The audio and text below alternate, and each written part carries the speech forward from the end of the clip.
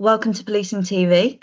I'm joined today by Sergeant Andrew Swift from the Metropolitan Police. Hello. Andy is one of the main organisers of the Police Unity Tour cycle ride, which raises awareness of officers that we've sadly lost in service, and also generates vital funds for the Care of Police Survivors, or COPS charity. Now in its 13th year, I think. The tour this year takes place on the first weekend of August. Just for a bit of context, I'm hoping to ride all 180 miles with a team of officers and staff from my force, Staffordshire Police, West Mercia and West Midlands. So, Andy, I have spoken to a few people about the tour, and I've been told on several occasions now that if we cut you in half, we would see the words Police Unity Tour running through you like a stick of rock. So I think you're the best placed person to give us a little bit of background about the tour in the UK. And if you want to touch on how you actually became involved as well, that would be fab. Yeah, so I don't think any discussion around the Police Unity Tour in the UK would be complete without looking at the origins on it. And they pretty much started in the United States in 1997, where a chap called Patrick Montouri, I believe his name was, from the New Jersey Police Department, lost a colleague in the line of duty. And he came up with the idea to honour that memory by way of a ride with the colleagues to the National Law Enforcement Memorial in Washington, D.C. Now, in that first year, if memory serves me correctly, there was 22 officers took part, and they raised just under $20,000. Fast forward to 2013, and how do we start? Rob Atkin, MBE, who's recently retired as a Chief Super in City of London Police. He's still a police officer, though, out in the Cayman Islands, bless him. And Gary Byfield, who's just about to go and retire again as a police inspector. Myself, Phil Clare, Pete Bennett, and a few others. We took part in the inaugural Police Unity Tour ride from London up to Staffordshire. I believe there was 16, 17 of us. And we raised about £10,000. Wow. But in lines with the old adage there, from small acorns doth great oaks grow. I myself kind of got kicked off the back of an aeroplane because I was across in Northern Ireland working mutual aid with the PSNI at the time, just in time to go and make the ride. Didn't get much sleep on the Friday evening. But obviously from there, I've taken over the reins of the kind of National Secretary cum coordinator. So I deal with most of the coordination of the individual rides themselves. We went from one ride in London in 2013. We're now up to, I want to go and say 18 across the country. So Scotland, Wales, Cumbria, the North East, West Mids, West Mercia, East Mids, Norfolk, Cambridge, Kent, Sussex, Surrey, Hampshire, TVP, Dorset, Avon, and Somerset. I believe Devon and Cornwall are trying to get involved as well. Okay. Although for obvious reasons, I have to go and do a couple of additional days. It does get bigger every year. These are the chapters that we talk about then, are they?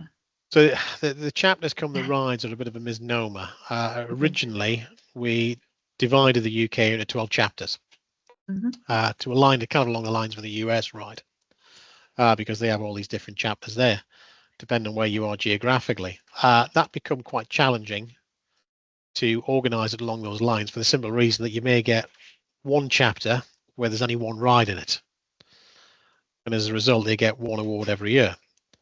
You may have one chapter where there's 4 or 5 awards, and they ended up sharing the award once every 4 or 5 years, which sticks in the craw somewhat if you've got somebody who's raising a lot of money. So we kind of organise it along ride lanes this time, just purely because it gives that bit more recognition. And obviously what we do see is that, the recognition for somebody, it could be the biggest fundraiser, or it could be somebody who's overcome personal adversity. Certainly within the Metropolitan Police, we had an officer who was in remission from cancer, and their journey themselves, whilst obviously recognise the sacrifice of others there, it was quite cathartic to them because they had the opportunity to give themselves goals with which to get back to fitness. And I mean, that was there for all to see during the course of the ride. And it was quite humbling. Yeah, I can imagine. Absolutely. And I think another thing that's quite humbling for me taking part is the fact that we wear a bracelet. Each Yeah. rider wears a bracelet. Do you want to tell me a little bit about that bracelet? Because I think yeah, that's very humbling for me. Yeah. So every rider gets a bracelet, and it's engraved with the details of an officer who's lost their life in the line of duty. Typically, if you have a survivor, they will tend to go and take a bracelet for a loved one, but it could be somebody who's a close former colleague, where there's a degree of association there. It could also be, and name drop Rob here ever slightly, the first year we did it, he carried the band for an officer who died in the 50s, I believe. Okay. And the officer's daughter, I think it was actually at the ceremony. And she said, it's the first time that we've ever had him recognised in any way, which is a little bit sad in some ways. Yeah. But it's also heartening in others, in that we were able to go and demonstrate to them that, yes, they may well have died a few years ago, but the sacrifice is no less. Yeah, absolutely. From my point of view, I mean, I had a widow of an officer who emailed me quite out of the blue and wanted to go and know why her husband hadn't been recognised. And I had to go and say, I was really sorry. Obviously, the Met Police being the biggest force in the country, sorry, service. The reality is we've got more officers who lost their lives than we have riders. But I said, I'd be more than willing to go and ride in your late husband's memory next year. And obviously, she became quite involved with us. She's actually done the ride a few times as support. So it was a way to go and bring her in the fold of care of police survivors, and obviously demonstrate that,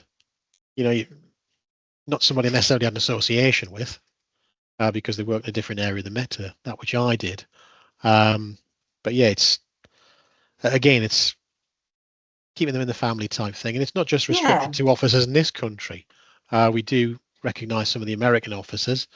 Certainly, a few years ago, there was quite a famous French police officer called Lieutenant Colonel Arnaud Beltrame, who lost his life in quite tragic circumstances, and I carried his band, and I was in touch with his widow through the French embassy in London. Oh wow! So do you carry that every year? Do you? Or? So I actually handed that to the embassy staff. Okay. To the Chargé d'Affaires in Kensington. He arranged for that to go to Paris, to the Gendarmerie Nationale, and they passed it on to his widow, who wrote quite a nice letter just to go and say, this is wonderful. So it's just that whole police family, isn't it? It's international. It's universal. Yeah, exactly. It transcends borders.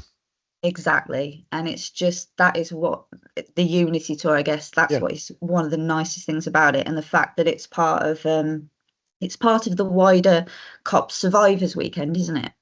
Again, yeah, so the word I use is infectious.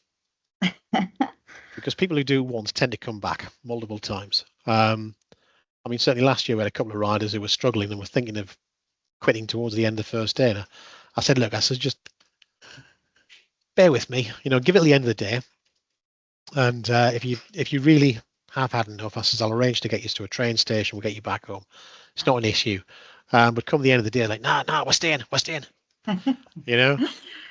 about tenacious there, and it's the camaraderie. I think one of the things I say about policing these days, in line with various things which will remain nameless, is that I almost get the impression that as police officers, we no longer feel we belong. And obviously doing something like this, it's quite altruistic. It gives you the opportunity to go and give something back, whilst also remembering, I think, why you joined the police in the first place. And you acknowledge that, sometimes we don't come home. Yeah. And it's something good. Yeah. Probably sounds quite corny, but no, it is, like you say, and it's that whole everyone coming together, as you say, police family is universal. And just that feeling of hope as well, I think, which is a massive part of cops. And like you say, did you say you started with 16 riders, I think you said? So 16 riders in 2013, we raised about £10,000. I kind of set as a personal challenge to raise £1 million by the end of the 10th year, when I took over as secretary in the 3rd year. We beat that by the 8th year. Wow.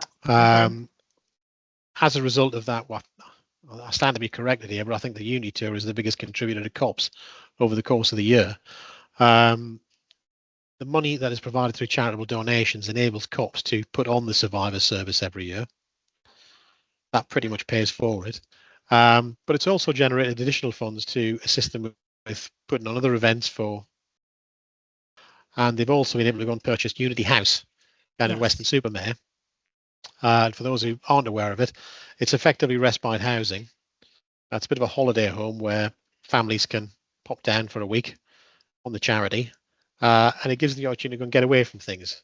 It may be that they haven't got masses of means there financially, in which case this is quite a big place. Obviously, you could go there with other families who you're quite pally with, just to kind of get away from it. It could be that some people that are involved with COPS there, they kind of dip their toes in every once in a while. It could be coming towards quite a poignant anniversary. Just need that little bit more support. But they can be rest assured that obviously the money that has been provided down the years by the Unity Tour has obviously paid for something in perpetuity, which is there for them to go and enjoy year upon year. Now I've stayed down there one night just to go and see what it's all about, see what we actually paid for. And if you go in there, the bedrooms are actually named after bike brands. So there's like a rally room, there's a specialized room, Cannondale, probably even a Boardman one, I dare say. So yeah, it is quite themed around that. That's brilliant. So this year, am I right in thinking people can still register? I mean, they can still register up until the 31st of May. Obviously, leading the London ride, I would suggest that everybody comes to London to go and see the sights. Will certainly make things interesting for you before who died. It is, of course, the best ride. It was the original ride, so not to go and belittle the efforts of my peers, but London first. Even if I do come from Newcastle, we still have spaces here. Some of the rides are full. So the Northeast just this morning have declared they're full. There are a couple more rides. Scotland also have declared full. We still have a few spaces left down in London. And we're more than happy to have you should you wish to go and partake. But yeah, hopefully this year we'll have, what did we have last year? 500 riders. Be nice to get to 600 this year. Yeah, definitely. There's a target. And we ride from across the UK to the National Memorial Arboretum here in Staffordshire, don't we? We do. I've been reliably informed that a couple of our colleagues from PSNI are going to come and join us this year. Oh, wow. So obviously we think that we've got life tough in this country. PSNI is even doubly so, as I witnessed firsthand just over 10 years ago. But great to have them on board. They are part of the wider UK police family, and it'd be nice to go and get them involved. Yeah, and obviously it's a chance for everyone to get together, isn't it, and talk and just come together. So okay, I'd imagine I was going to ask you again why you're still doing it after all these years, but you've kind of answered that for me, because it must take a lot of work. I mean, is it a case of you finish one year and then you start planning the next one? So the ride typically ends the last weekend in July. Obviously this year, it's a weekend later. Typically we have about 6 weeks off at the conclusion of the uni tour. Yeah. But then come mid-September, you plan again for the following year. It does get bigger every year. We have got people who look after specific things. What do I do? Sometimes it seems like everything. Obviously, Rob's across in a different country now, so he tends to go and take a back step. You've got, obviously, myself looks after the kind of logistics of the ride, make sure it gels together, basically. Pete Bennett, who was one of the originals, tends to go and look after the kind of legal aspects around insurance. You'd be surprised what that actually entails. Yeah. Obviously, we have to go and sort of make representations to different constabularies. We're going across county boundaries there because we actually have an escort from the Met Police driving school. Phil Clare, for example, is our treasurer, retired police inspector. He deals with the money aspect. And because we're raising so much money, again, just to give you a bit of context here, because we're raising so much money for charity, it's at the stage where things like the Charities Commission become involved. So you have to have that level of oversight as to what money has been spent on. In our case, not a great deal, but obviously we tend to go and funnel the lion's share of it to care of police survivors. But it's just having the confidence and the transparency that everything is above board, whereby if anybody did say, well, could you just clarify this? Well, we can do it at the drop of a hat type thing. Yeah. We got one lad looks after training. We got a chief inspector from Essex Police, Michelle Sparks. She looks after hotels. And it's trying to go and coordinate, because where the Unity Tour meets in Tamworth, there isn't an abundance of hotel accommodation. So it's trying to go and sort of cherry pick what is in the surrounding areas there, to make sure nobody's sleeping in a tent type thing. Yeah. You know, there's a lot of organisation goes into it. I don't think I'd want to sleep in a tent after riding 200 miles on a bicycle, but there you go. Most people want to go and reach for a pint of beer and a meat pie type thing. Yeah, a glass of wine. Yeah. Okay, so yeah, it takes an absolute army by the sounds of it. So I know you're incredibly busy, so thank you very, very much for speaking to me today. No problem at all. I'll let you get on with it, and I'll let you get on with your day job. But all being well, I will see you in August. You will indeed. And I hope it goes well. Thank you very much. Thank you.